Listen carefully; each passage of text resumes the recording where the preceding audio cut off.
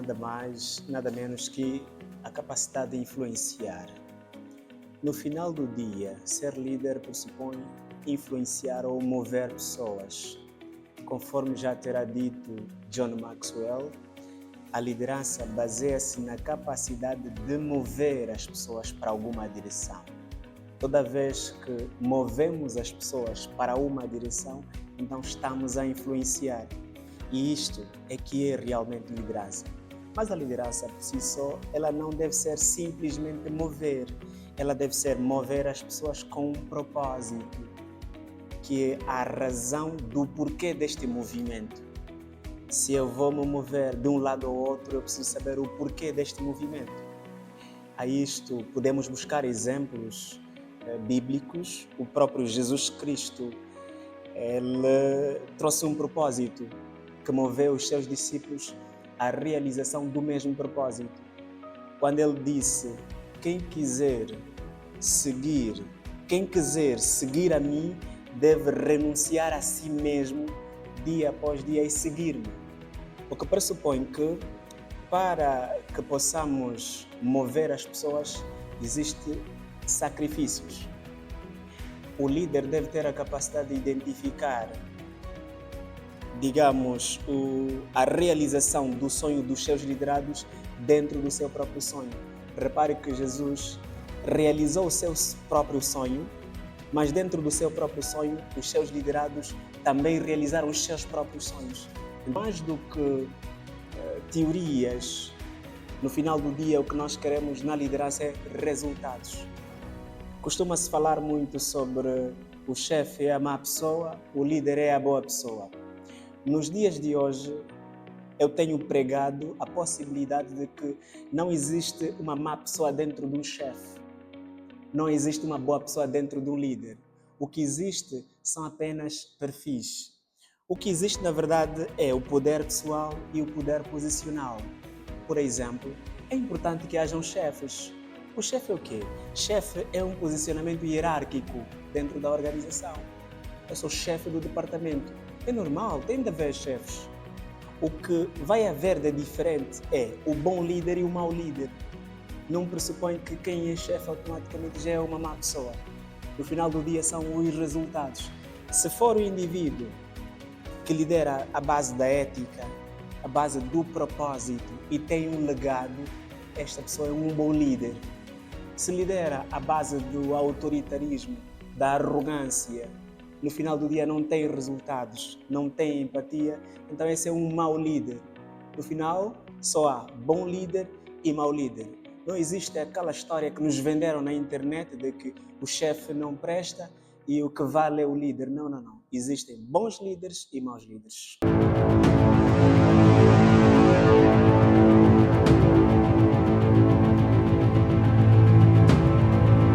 Na verdade, quando se fala do caos à liderança estratégica, em miúdos, eu como autor estou a propor o seguinte: do problema à resolução. Quer dizer, o caos é a conjuntura, a complexidade dos problemas que um líder vivencia todos os dias. E a liderança estratégica é o quê? É a solução, são as metodologias que um líder deve utilizar para que consiga mover resultados. Bom, o caos é o que se vive todos os dias. Um líder tem lidado, assim passando o termo, com diversos perfis. Para liderar, é extremamente importante entender sobre pessoas. Ninguém lidera pessoas sem entender sobre pessoas. Eu preciso seguir em 3 pressupostos. Primeiro, conhecer o homem, entender o homem e lidar com o homem. Liderança sobre isso. Liderança estratégica, eu preciso conhecer quem estou a liderar. E conhecer quem estou a liderar pressupõe o quê? Pressupõe ir mais a fundo de como as pessoas que eu lidero pensam. Eu preciso fazer análise do perfil comportamental das pessoas que eu estou a liderar. Isso é conhecer o homem. Depois temos o outro passo, que é entender o homem. Entender o homem pressupõe perceber as motivações que fazem com que ele faça o que está a fazer. Se eu sou líder de 2, 3, 4 pessoas, eu preciso entender o que é que move o meu colaborador, o que é que move o meu trabalhador a sair da sua casa para o local de trabalho. Existem várias motivações, mas eu tenho enfatizado na minha obra do Caos à Liderança Estratégica 2 principais motivações que reúnem todas elas, que são a motivação intrínseca e a motivação extrínseca. A motivação intrínseca é o quê? É aquela motivação interna, o que está dentro dele, o que está dentro da pessoa, aquilo que ele acredita, a crença deste indivíduo. Normalmente, o que o indivíduo acredita ser verdade move o indivíduo. Isso chamamos de motivação intrínseca, aquilo que está dentro dele. Agora, a motivação extrínseca está relacionada ou correlacionada às motivações externas, como, por exemplo, o dinheiro, o salário, os bônus, as ofertas, os prémios, são motivações extrínsecas. A pergunta é, a pessoa que você lidera está contigo porque você paga um bom salário? A pergunta é, e se um dia deixares de pagar este salário, será que ele vai permanecer consigo? Esta é uma das grandes perguntas que muitos líderes não se têm feito. A proposta principal é perceber essas 2 dimensões. É o motivo intrinsecamente ou extrinsecamente? Quando eu chego no local de trabalho como líder, quando eu chego, seja na igreja, seja na empresa, seja na família, porque eu também abordo sobre liderança familiar, uma mãe é uma líder, um pai é um líder. Quando eu chego, que clima é que eu causo dentro da organização? Como é que eu sou visto perante os meus liderados? Aí, se a minha presença resume-se ao que eu dou materialmente, então eu estou numa liderança minúscula, que é a liderança com motivações extrínsecas. Existem pessoas que estão a trabalhar numa empresa com salários absurdos, mas não estão a fazer o que gostariam de fazer. Não têm propósito, não estão no seu propósito. E atenção, existem pessoas que vão morrer a trabalhar na mesma empresa durante anos, mas sem realizar o seu próprio propósito. O propósito, na verdade, é a razão pela qual nós existimos. Por que você existe? E quando um líder tem a capacidade de identificar o propósito de cada liderado, ele consegue fazer com que os seus liderados realizem os seus sonhos dentro do sonho dele.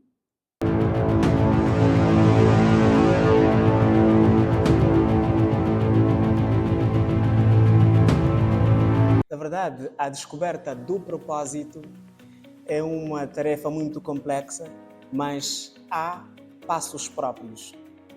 Vivemos em um mundo em que há muita agitação, há muita perturbação, é muita corrida. Estamos todos a correr atrás de alguma coisa. A descoberta do propósito acontece no silêncio. Está todo mundo a falar, temos dificuldade de ouvir a nossa voz interior. Para descobrir o propósito, eu preciso me perguntar o que é que eu faria sem pensar no dinheiro. O que é que eu faço com muita paixão, muita entrega, com muito afinco, com toda a minha energia, mesmo quando não existe dinheiro? Toda vez que o indivíduo para em silêncio e pergunta para si mesmo o que é que eu consigo fazer sem pensar logo à partida em retornos financeiros. Quando eu penso em alguma coisa que faço com tanto amor, tanta paixão, sem antes, porém, pensar na recompensa dinheiro, entre parênteses, eu estou a encontrar o meu propósito. O propósito, na verdade, ele não encontra-se fora, encontra-se dentro. Existem pessoas que estão a trabalhar em algo, ganham dinheiro, mas quando estão a fazer aquilo que é a sua real paixão, não pensam em dinheiro. Eles fazem com muito amor. Então, o propósito vem primeiro, o dinheiro vem depois. O propósito só acontece quando conseguimos olhar para dentro de nós porque eu tenho estado a profetizar, tenho estado a propagar a ideia de que nós não somos seres carnais a viver experiências espirituais. Nós somos primeiros seres espirituais a viver experiências carnais. Ou seja, nós primeiro somos espírito. Se eu sou primeiro espírito, eu devo saber ter o que chamamos de solitude, que é a capacidade de entrar dentro de mim e olhar e perceber o seguinte: o que é que eu já fiz um dia que me senti tão bem, vivo? O que é que eu faço e me sinto vivo? Por exemplo, existem professores que têm aquilo na alma. E eles, quando dão as suas formações, as suas aulas, eles vivem aquilo. Eles têm na alma aquilo.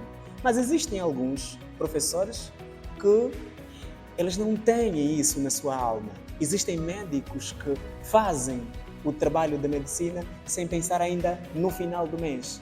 Eles vivem, porque nós precisamos primeiro viver. Para encontrar o propósito, nós primeiro somos vida. Existem pessoas que existem e algumas vivem. O convite para a descoberta do propósito é o convite à vida. Você primeiro precisa entender o que é que te mantém vivo. Existem, por exemplo, jornalistas que quando estão lá a fazer o seu trabalho de jornalistas, eles vivem aquele momento. Aquilo que te faz sentir mais vivo é o teu propósito.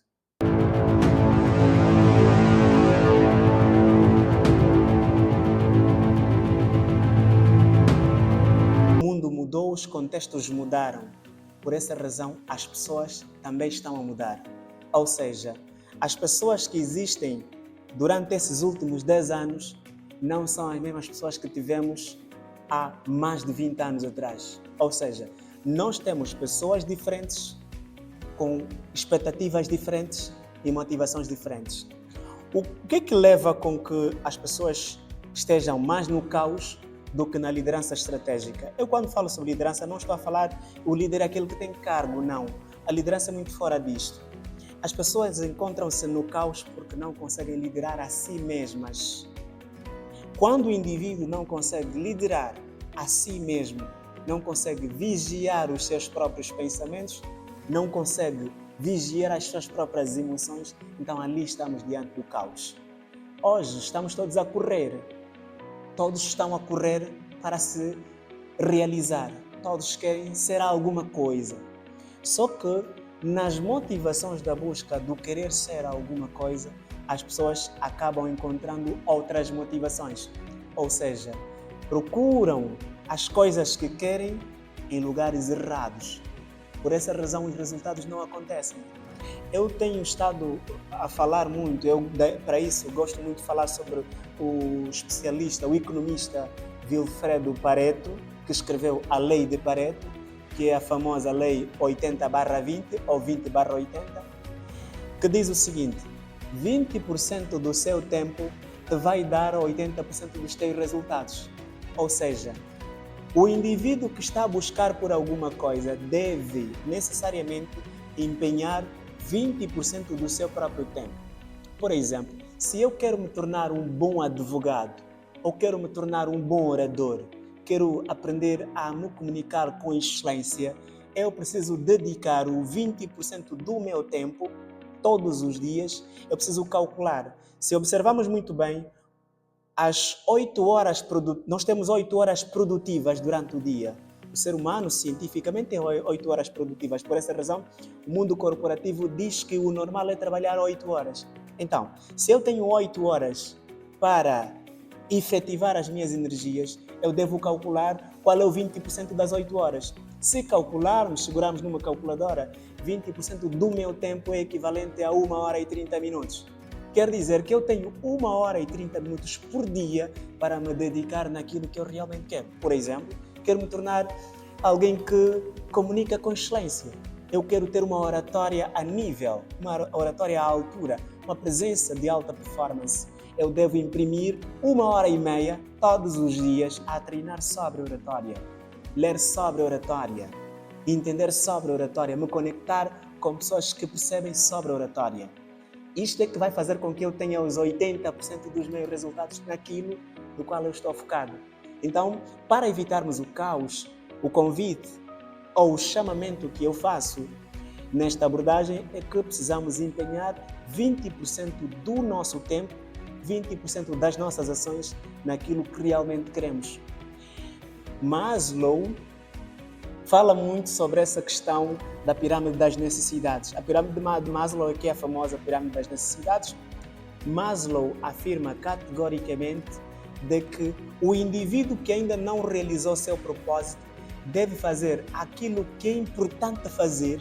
Primeiro, faça aquilo que é necessário fazer para que depois de terminares de fazer aquilo que é necessário fazer, alcances o seu resultado.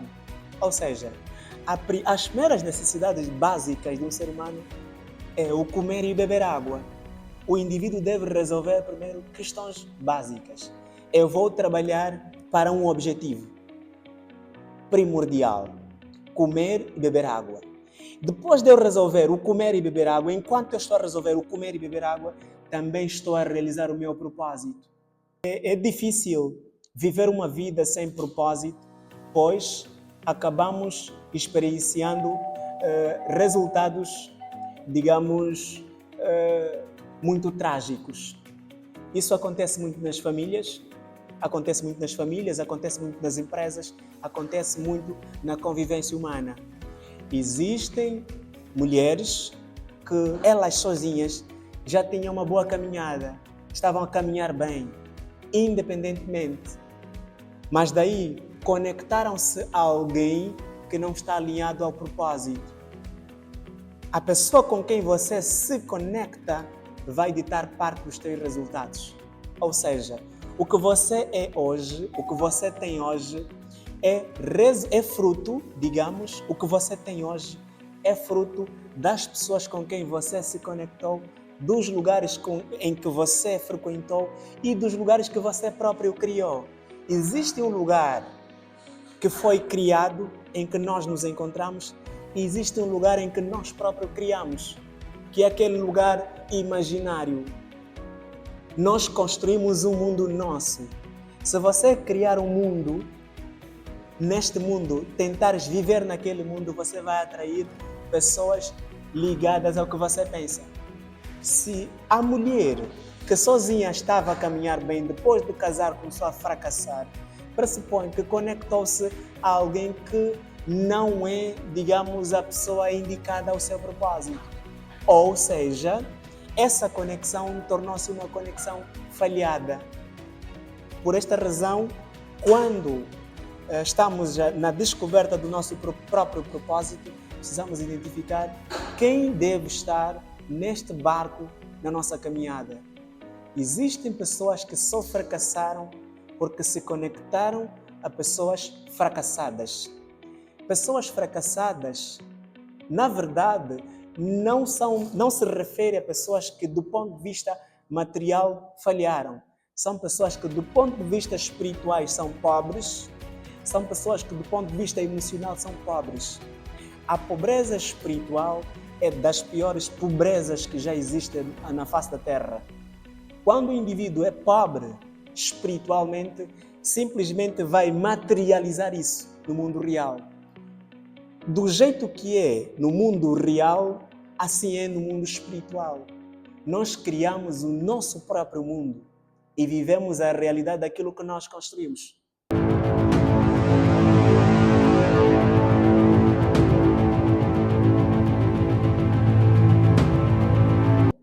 Na verdade, há um grupo de pessoas que eu caracterizo de pessoas pandêmicas. Quem são as pessoas pandêmicas ou simplesmente pessoas contaminadoras e fracassadas? Pessoas pandêmicas ou fracassadas são aquelas pessoas que vivem o tempo todo na zona de conforto, se conformam com o tipo de vida que têm e acham que vivem a melhor vida. A estas pessoas eu chamo elas de Gabrielas. Todas as pessoas que não aceitam mudanças, todas as pessoas que não aceitam crescer, elas querem permanecer onde estão, são Gabrielas. Aquelas que dizem, eu já sou assim, eu nasci assim, já cresci assim e vou morrer assim. Estas pessoas que vivem esta utopia, vivem neste mundo de fantasia, onde nada pode mudar e se mudar é trágico, estas pessoas podem afetar a tua própria vida. Estas pessoas podem afetar o teu próprio resultado. Se você, ser humano, se conectar a alguém, Gabriela, entre parênteses, se um ser humano que quer crescer se juntar a uma Gabriela, eu quando falo Gabriela, eu estou a incluir homens e mulheres, que são as pessoas do síndrome do conformismo. As pessoas com o síndrome da Gabriela, digamos, elas tendem a não querer evoluir. Elas acham que já têm o suficiente. Elas acham que não podem aprender. Isto minimiza o próprio crescimento de si mesma. O que é que vai acontecer? O seu fracasso torna-se também fracasso das pessoas com quem ela se relacionar. De epidemia para pandemia. Torna-se epidemia quando é doença para aquela pessoa. Torna-se pandemia quando esta pessoa se conecta a alguém, afeta aquela pessoa, tornando aquela pessoa também Gabriela, e depois esta pessoa afetar uma outra, depois criamos uma corrente de Gabrielas. No final, nós teremos uma sequência, e essa sequência torna-se um segmento de várias pessoas no conformismo. Por quê? Porque as Gabrielas, elas tendem a ser mentores de várias Gabrielas. Ou seja, eu não cresci, portanto as pessoas ao meu redor também não podem crescer. Por essa razão, nós vemos em muitos bairros, quando alguém realiza alguma coisa, as pragas não param. Por quê? Existem lá pessoas com pensamentos de não crescimento.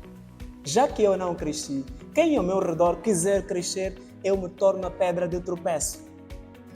Razão pela qual a regra geral para evitar a pandemia no nosso crescimento é eliminar quem é pandêmico. O processo de eliminação de pessoas pandêmicas ao nosso redor é sair da zona em que você se encontra e ir para a zona que te merece. Quando eu falo de zona, eu não estou a falar simplesmente de lugar físico. Eu estou a falar de um lugar espiritual. Por exemplo, eu posso estar no bairro, mas não aceitar o bairro me corromper. Eu posso estar na zona, mas não aceitar a zona estar dentro de mim. O que pressupõe que começamos por fazer alguns sacrifícios. O processo de crescimento parte por um elemento muito importante. E um dos elementos muito importantes neste processo é primeiro identificar quem são os pandêmicos. Sacrifícios há necessários para o processo de crescimento. Você só não cresceu porque queres levar todas as pessoas pandêmicas porque você acha que tem muita empatia. Ser empático, nos foi vendida a ideia de que empatia é se colocar no lugar do outro. Eu tenho desconstruído esta ideia de que empatia é se colocar no lugar do outro. Não. Hoje por hoje, eu defendo a ideia de que empatia não é se colocar no lugar do outro. Empatia, na verdade, pressupõe se compadecer com a dor do outro, diferente de se colocar no lugar do outro. Se porventura o seu amigo, a sua mãe morreu, a mãe do seu amigo morreu. A dor que o seu amigo está a sentir não é a mesma dor que você vai sentir. Por quê? Existe um processo. Primeiro, temos a ligação biológica, que eu não tenho com o meu amigo. Pressupõe que para que eu sinta a dor do meu amigo, para que eu me coloque no lugar do meu amigo, há um processo. Eu tenho de ter a mesma ligação biológica ou a mesma ligação emocional. Eu simplesmente vou me compadecer, o que é real. Precisamos, nos últimos tempos, ser reais conosco mesmo. O propósito pressupõe ser realista. Quando falamos que eu devo me colocar no lugar do outro, pressupõe sentir o que o outro está a sentir. Se eu segurar uma agulha agora, introduzir na pele de alguém, aquela pessoa vai sentir a dor da agulha. Eu não vou sentir a dor do outro. Nós precisamos entender que o outro é mesmo o outro. Nós precisamos, por outro lado, nos compadecer com a dor do outro. Empatia, na verdade, é se compadecer com o outro, porque o outro tem sentimentos diferentes. O processo que nós passamos é diferente. Há quem nasceu já no berço de ouro, há quem não teve a mesma dificuldade de quem está a acompanhar essa entrevista. Há quem nasceu e nunca sentiu o que é passar fome. E eu conheço uma amiga minha, nessa altura está no Brasil, ela disse-me, olha, eu tentei ficar 2 dias para entender o que é passar fome e não vi nada de diferente. Ela disse, fez um esforço para tentar ver o que é passar fome, mas existem pessoas que passam fome por inexistência de recursos. O outro é mesmo o outro. A forma conforme, ou do jeito conforme eu encaro as coisas é diferente como o outro encara. Existem pessoas que têm dentro de si um elemento que chamamos o princípio da grandeza. Existem pessoas que dentro delas já existe o princípio da grandeza. Pessoas que têm o princípio da grandeza, normalmente elas veem-se grande em todos os lugares.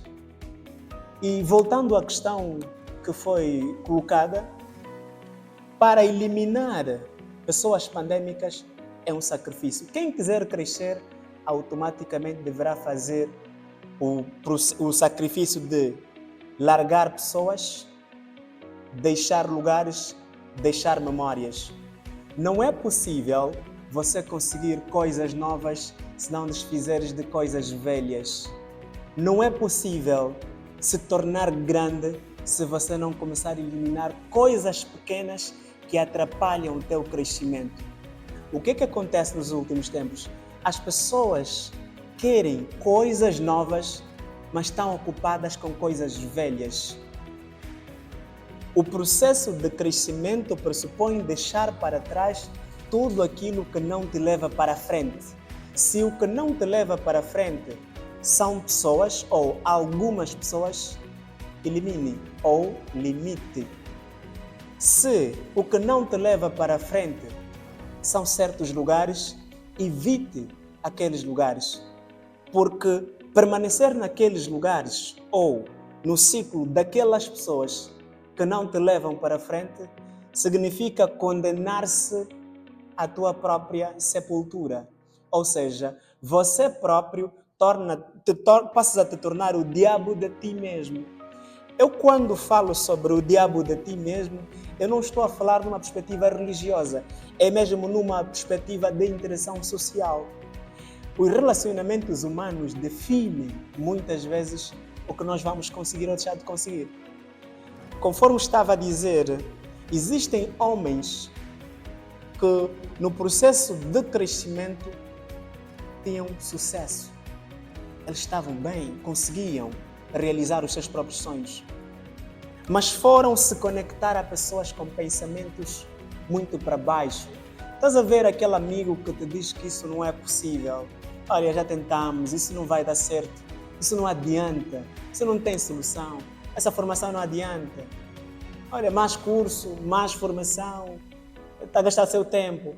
São pessoas que vão arruinar os teus resultados. São pessoas que elas são fracassadas, razão pela qual querem que você também seja o próximo fracassado. Por isso, precisamos eliminar pessoas pandêmicas nessa perspectiva.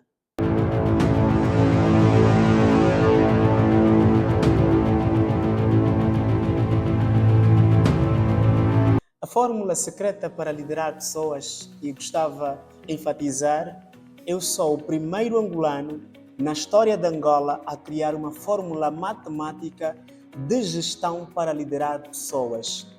É uma proposta científica que estamos a trazer. A fórmula secreta para liderar pessoas tem 3 pilares.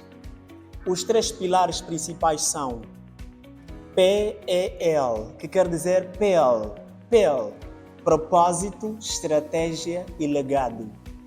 Propósito pressupõe a razão pela qual algo ou alguém existe.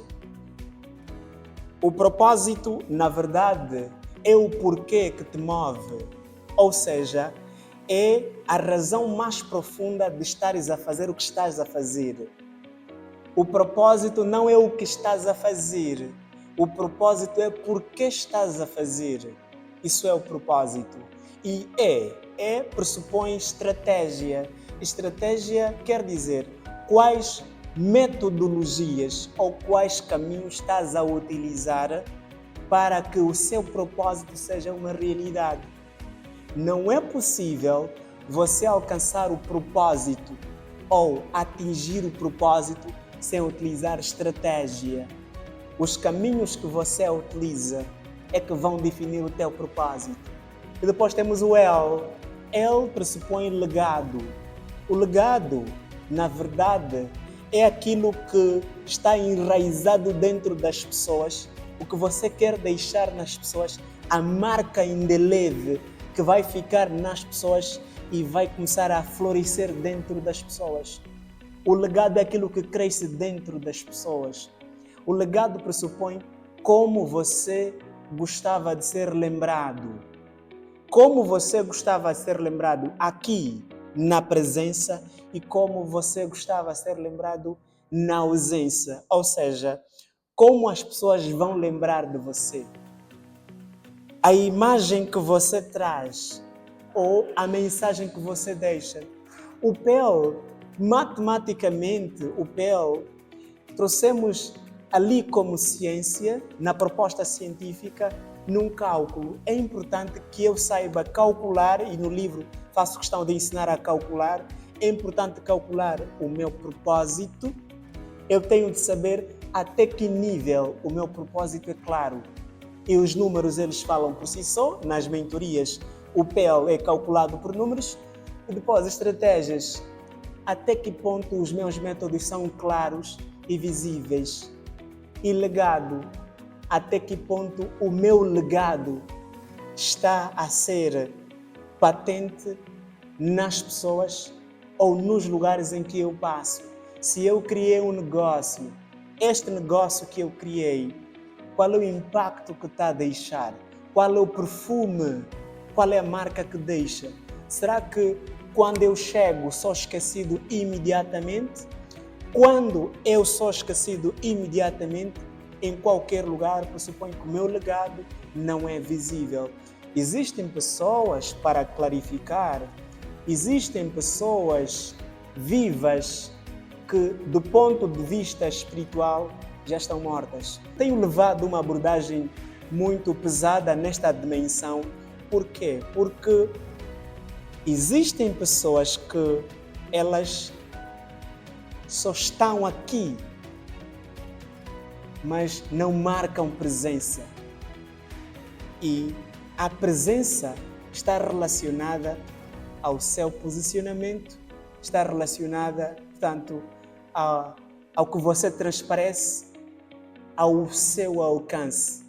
É importante ter um alcance e o método PEL é como proposta um método que poderá guiar a liderança pessoal, que chamamos de autogestão, a gestão de pessoas e a gestão de resultados.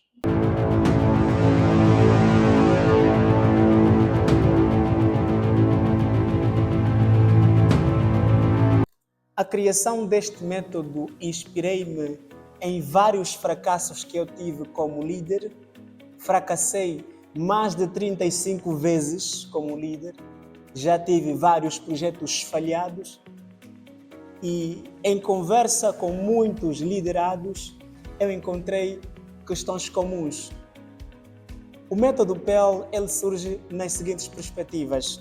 Eu perguntei para 25 funcionários de empresas de renome em Angola. Esses funcionários, a maior parte, disseram a mesma coisa. Disseram que nós não temos um líder que inspira, os nossos líderes só mandam, os nossos líderes não orientam, os nossos líderes não motivam, os nossos líderes são arrogantes.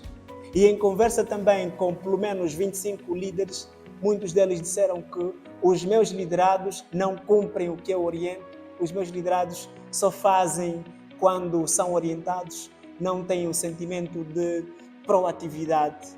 Então eu disse, aqui precisamos entender até que nível as pessoas estão a fracassar do ponto de vista de propósito. Porque afinal de contas, muitos não entenderam o propósito. O propósito ele deve ser primeiro o propósito pessoal. Então eu disse que eu preciso testar um método que vai funcionar para mim. Eu segurei, comecei a testar vários métodos, não estavam a funcionar para mim. E depois surgiu-me em mente que é fundamental entender esse propósito. Porque o que acontece fora, antes deve acontecer dentro. Ou seja, o que vai acontecer aqui fora é a materialização daquilo que foi pensado antes. Então, eu comecei a estudar sobre comportamento humano, propósito pessoal. Depois de entender o propósito pessoal, criei um código dentro do método PEL, que é o código 123. Alguns chamam de código 123, mas eu chamo de código 123, que é autogestão, gestão de pessoas e gestão de resultados. Tenho vários mentores. Eu costumo dizer que nós somos produtos de vários mestres e inspirei-me diretamente em John Maxwell da Academia de Maxwell Leadership dos Estados Unidos da América, e tenho inspiração com vários outros, e o meu professor Jair Soares, assim como o Jair Pereira também. Jair Pereira é um coach angolano, do qual eu tenho como mentor, e no Brasil tenho o Jair Soares, e nos Estados Unidos da América tenho o John Maxwell. Olhei para o John Maxwell, que é uma das maiores referências do ponto de vista de liderança a nível do mundo, e procurei trazer um método que vai valer para o contexto africano, vai valer para o contexto social angolano e vai valer depois para o contexto global.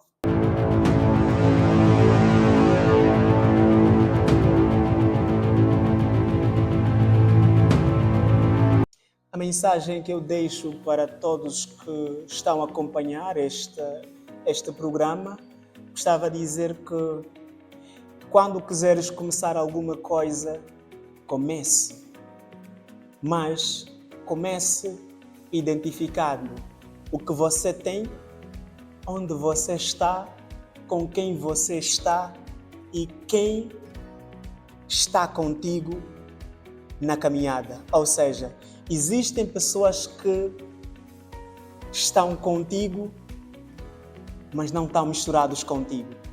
Junta-te àquelas pessoas que realmente desejam crescer na mesma visão. A mensagem de hoje é que nenhum edifício se constrói sem começar pela base. Não procure viver vidas alheias. Viva a sua própria vida, na sua própria realidade. Construa um mundo onde você é o protagonista do seu próprio filme. Não viva filmes dos outros. Construa a sua própria história.